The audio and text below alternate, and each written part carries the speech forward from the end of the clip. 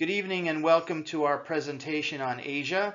When I say Asia, we're not referring to the continent, but to a medical condition that is an autoimmune and inflammatory syndrome that's induced by adjuvants. And we'll explain what that means in this discussion.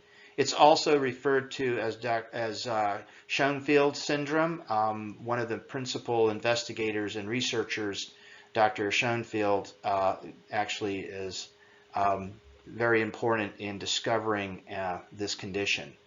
And tonight, Roxanne Altman is one of our nurse practitioners at our center, and she will be joining us for this discussion as well. Okay, the definition of this autoimmune disorder is an autoimmune inflammatory syndrome induced by adjuvants, and we'll discuss and define those in a minute. It's also known as Schoenfield syndrome. It encompasses several autoimmune conditions or phenomena that are induced following exposure to substances with adjuvant activity. So it's not necessarily just all things that are related to immunizations. As you'll find out, there are other things that can contribute to this. Adjuvants are included in vaccination formulations for their immunogenic properties. They enhance the immunization process. Despite generally being well tolerated and safe, according to the CDC and the FDA, some folks that are genetically predisposed can develop a sort of generalized, nonspecific constitutional symptoms, autoantibody production, and new onset or worsening of their existing disease presentation.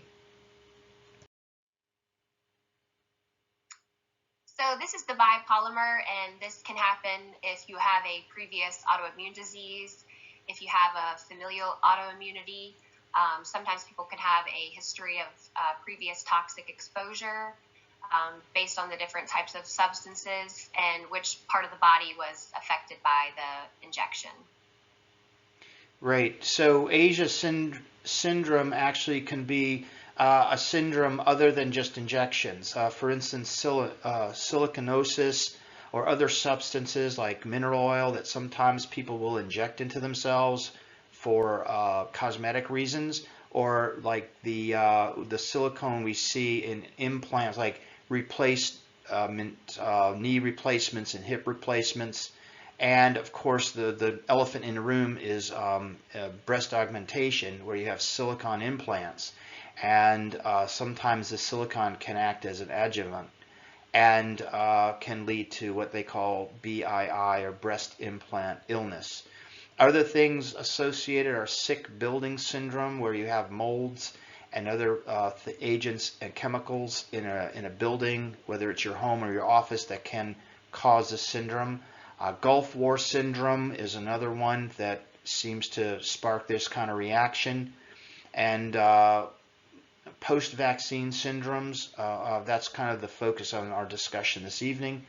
And then there's something called macrophagic myofasciitis syndrome, or MMF, and that's a localized reaction in the tissue where the immunizations have been administered. So if a shot is administered in the shoulder, let's say, you'll have a localized reaction there due to the accumulation of, let's say, aluminum, and it infiltrates into the macrophages at the tissue site and can cause a localized reaction.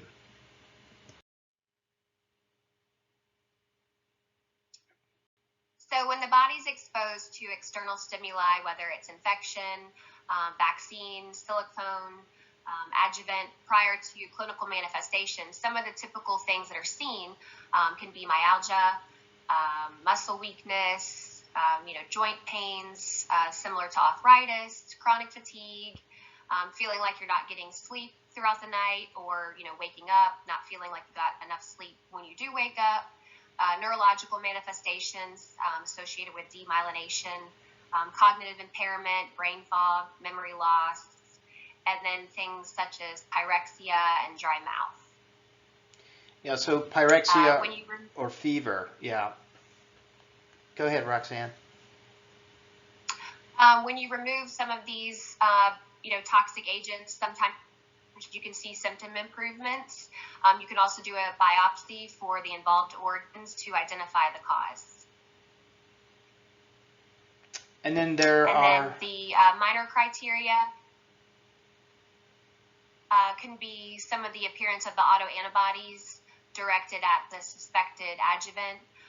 Other clinical manifestations can be like irritable bowel syndrome and specific HLA, DRB1, and HLA-DQB1, and the involvement of an autoimmune disease such as multiple sclerosis or systemic sclerosis. SC. Yeah, so SSC is systemic sclerosis, which can affect multiple organs, liver, lungs, heart, that sort of thing.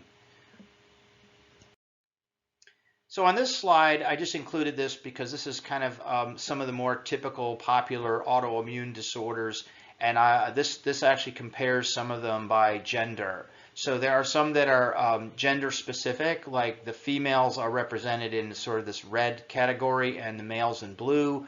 And you have Sjogren's syndrome there on the far left, which is predominantly female. Only few males are affected when you compare them. Same thing with systemic lupus or SLE. And thyroid disease, we know already, that's a common one that's more gender specific. On the other end, you have things like diabetes mellitus and ulcerative colitis, which are more equal in nature between males and females.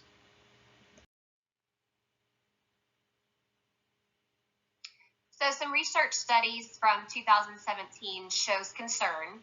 From 2011 to 2016, one study identified 4,479 A.S.I.A cases. Of them, 305 fulfilled arbitrary criteria of severe A.S.I.A and 11 deaths. The majority of severe A.S.I.A cases were related to HPV vaccine, silicone, influenza vaccine, and mineral oil injections. The interval from exposition to severe manifestation was from 2 days to 23 years. Severe A.S.I.A may be observed after influenza, flu vaccines, and other vaccines such as the HPV vaccine. Efforts should be made to discover the connection between the adjuvants, autoimmunity, and autoimmune diseases, because there is an increase in cases severe and life-threatening of A.S.I.A. And speaking of the HPV vaccine, they did use the aluminum for the placebo when they were doing the clinical trials. And they used a different type of aluminum that had not been fully researched. So it was sort of an ethical issue. And the other concern was that when studied globally, the rate of cancer after the vaccination increased was much higher. So then Merck was able to create a catch-up vaccination program, which enabled people older than the original age group. So now people that are male or female, beginning at age 9 all the way up through 45, can now receive the HPV vaccine, even with all the controversy that's behind it. There's been several trials that had numerous exclusion criteria. No one was allowed to participate in the trials that had severe allergies, prior abnormal Pap test results, over 4 lifetime sex partners, a history of immunological disorders, and other chronic illnesses, reaction to previous vaccine ingredients, including aluminum, yeast, and benzonates, or a history of drug or alcohol abuse. Yet Merck now recommends Gardasil for all of these groups, which is pretty scary. And again, the placebo was using aluminum. And all the people that were participating in the trial, if they had an allergy to it, they were not even allowed to participate in it. So it just doesn't really get shared when you're being told that it's safe and effective. Just get the vaccine. So half of the study participants reported serious adverse events within 7 months after getting the HPV vaccine, and they were just classified as new medical conditions. So again, the cervical cancer risk-benefit ratio is just not worth it. According to the Gardasil package insert, women are 100 more times likely to suffer a severe event following a vaccination with Gardasil than they are to even get cervical cancer.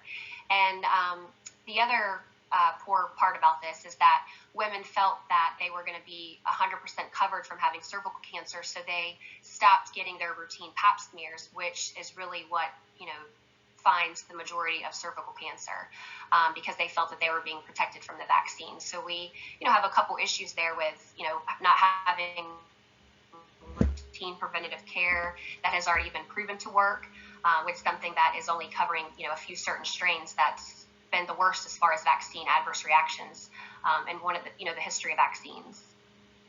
Okay. Thank you for that, Roxanne.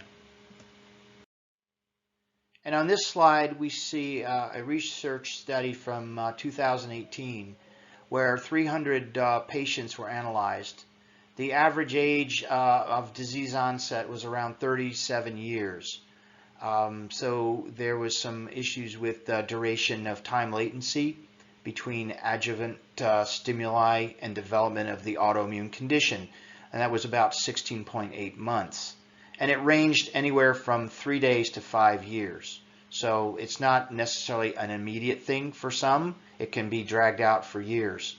Arthralgias, bony pain, joint pain, myalgias, muscle pain, and chronic fatigue were the most frequently reported symptoms in this study. 89% of the patients were also diagnosed with other defined rheumatic or autoimmune conditions. The most frequent autoimmune disease related to A.S.I.A is an undifferentiated connective tissue disease, or something called UCTD. It is also one that will give you a positive ANA, or anti-nuclear antibody test. Clinical and laboratory features differ from different types of adjuvants that are used. These findings may contribute to an increased awareness of A.S.I.A syndrome and help physicians to identify patients at a greater risk of autoimmune diseases following exposure to vaccines and other adjuvants. The A.S.I.A Syndrome Registry provides a useful tool to systematize this rare condition. I think this rare condition is going to be more common in future years as we live in a more polluted environment, both with the increased number of vaccines on the CDC schedule, as well as certain adjuvants that are in our environment. So I think A.S.I.A may be a little bit obscure now, but in a few years I think it'll be something that's going to be top of mind for a lot of patients and hopefully their practitioners and physicians that take care of them so they can identify this. Hopefully the reporting to the CDC through these registries are being utilized.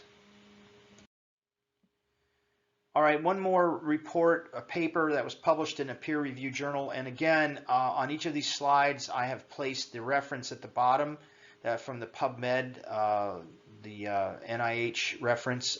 In case anyone wants to look at these in greater detail, they can look up these studies. But this is from a 2020 paper, so it's very recent. Chronic fatigue syndrome, what we call POTS, P-O-T-S, which is postural orthostatic tachycardia syndrome. That's where you have a lot of low blood pressure with reactionary tachycardia, and we see this in a lot of conditions. Like in Lyme disease, you see a lot of patients with POTS. Complex regional pain syndrome, which is a kind of a fancy term for like a chronic pain syndrome. And then you see also silicone implant incompatibility syndrome. Now that's a newer term. We usually refer to that as BII, or breast implant illness, but I guess silicone implant incompatibility would refer to other things where silicone is used, such as joint replacements and such. So it's not just limited to breast implants. So this was a subject of some debate with clinicians and researchers. Both the pathogenesis and the treatment of these disorders require further study. Again, we're just scratching the surface with this.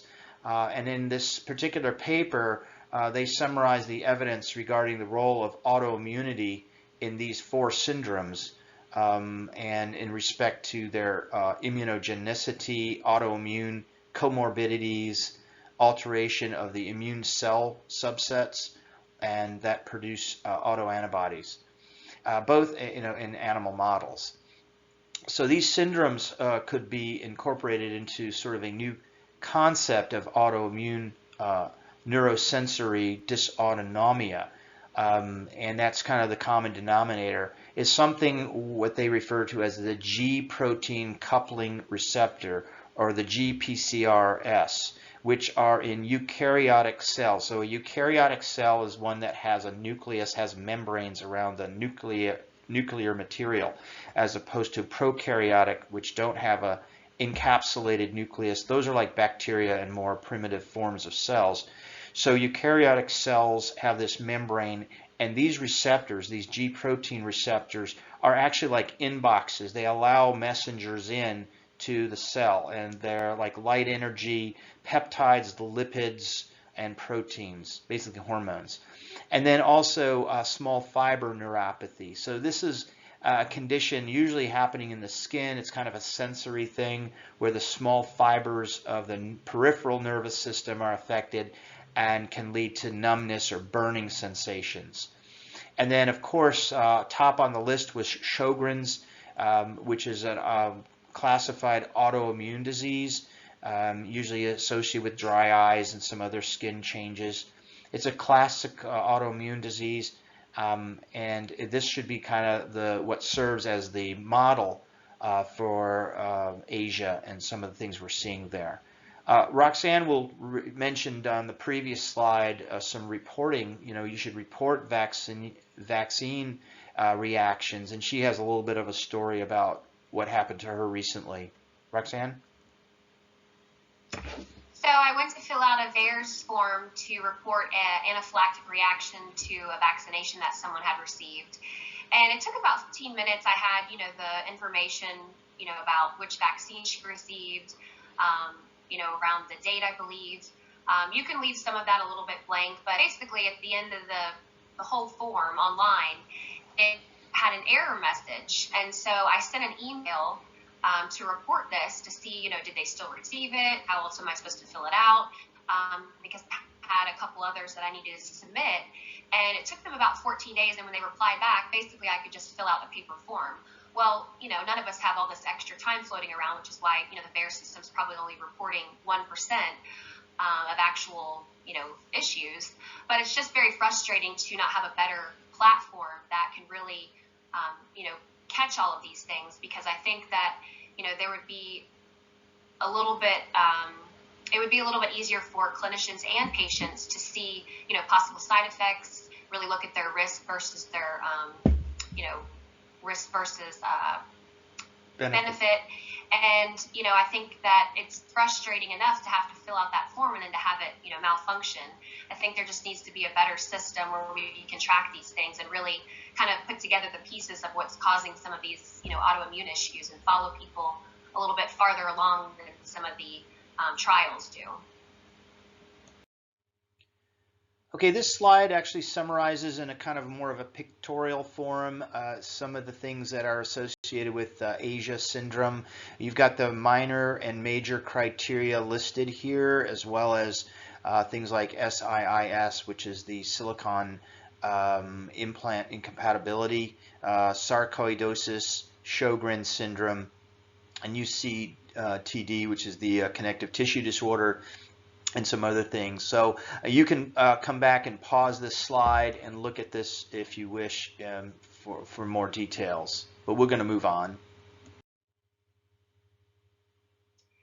So this is a list of several different adjuvants that are used in U.S. vaccines.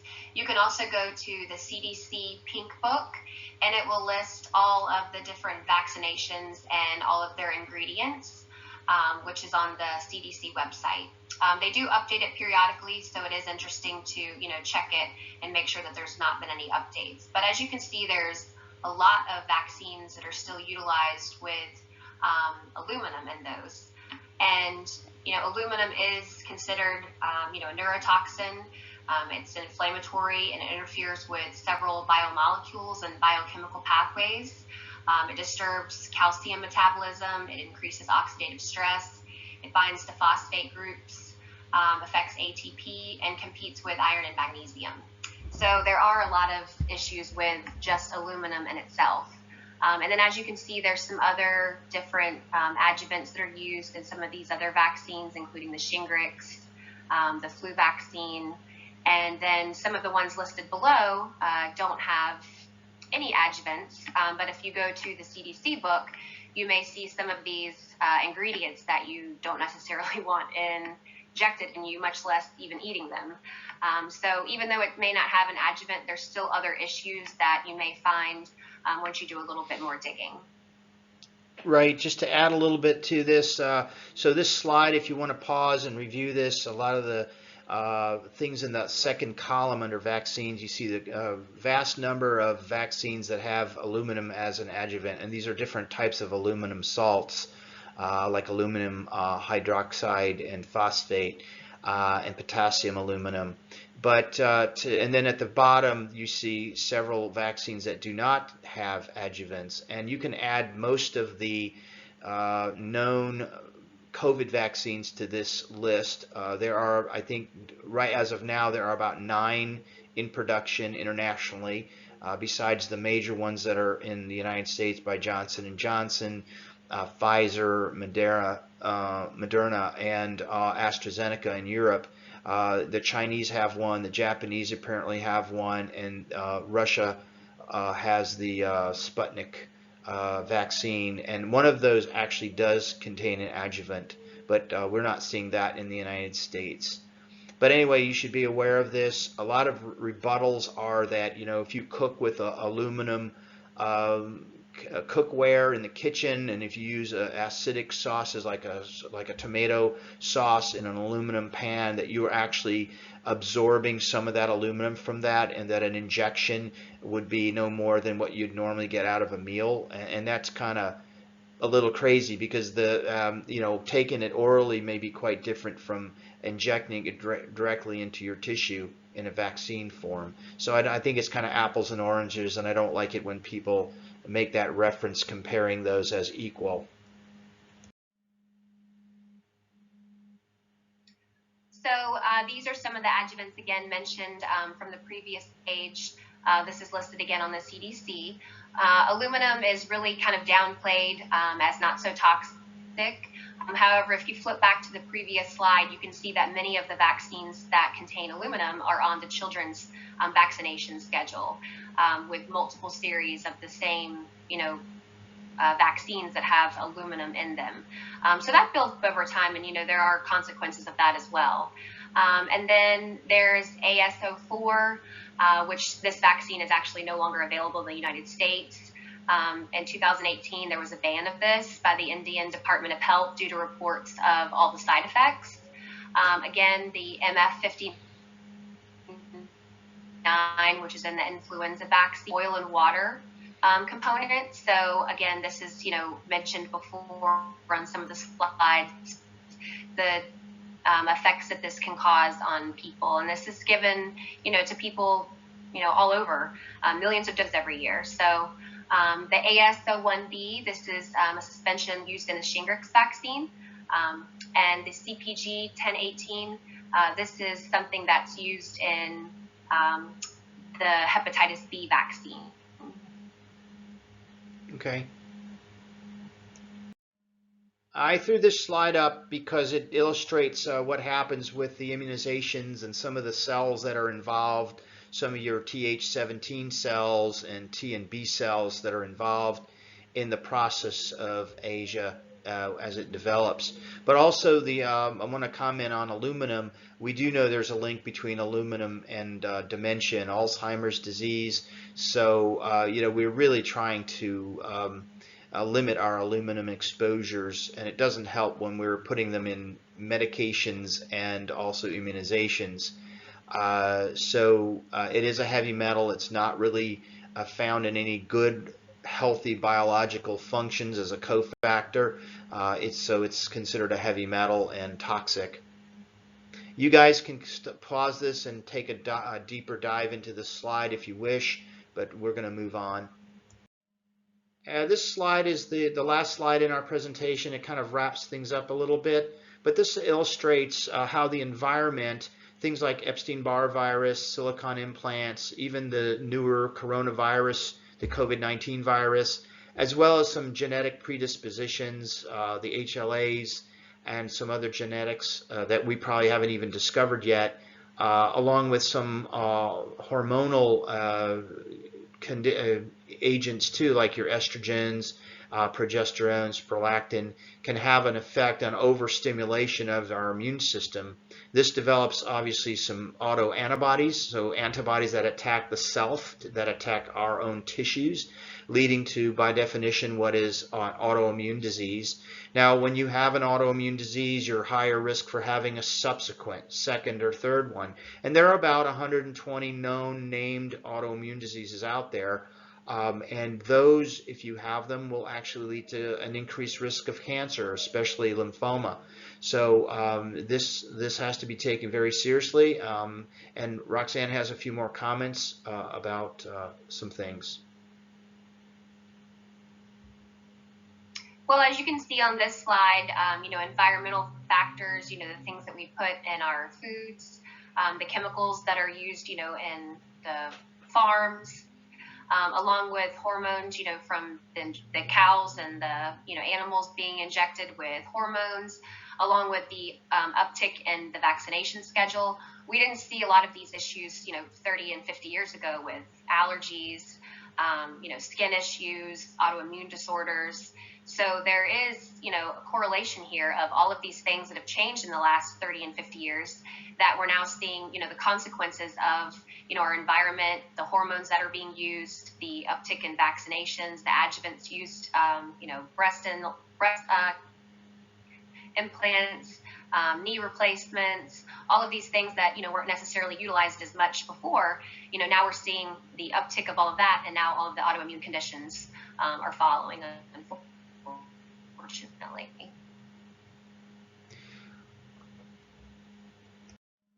And this is the final reference slide. So there are some references listed for those that are interested in the evidence-based medicine aspect of things. So here you go. There's several listed here from peer-reviewed journals. And the last one actually looks at the new SARS-CoV-2 vaccine and the SARS infection actually that can also trigger autoimmunity. So that's something we're going to have to deal with from now and probably the next decade as we see this evolve. But Roxanne and I thank you very much for joining us for this presentation. And again, it'll be archived. You can review it again and pause it to take a longer look at some of these slides.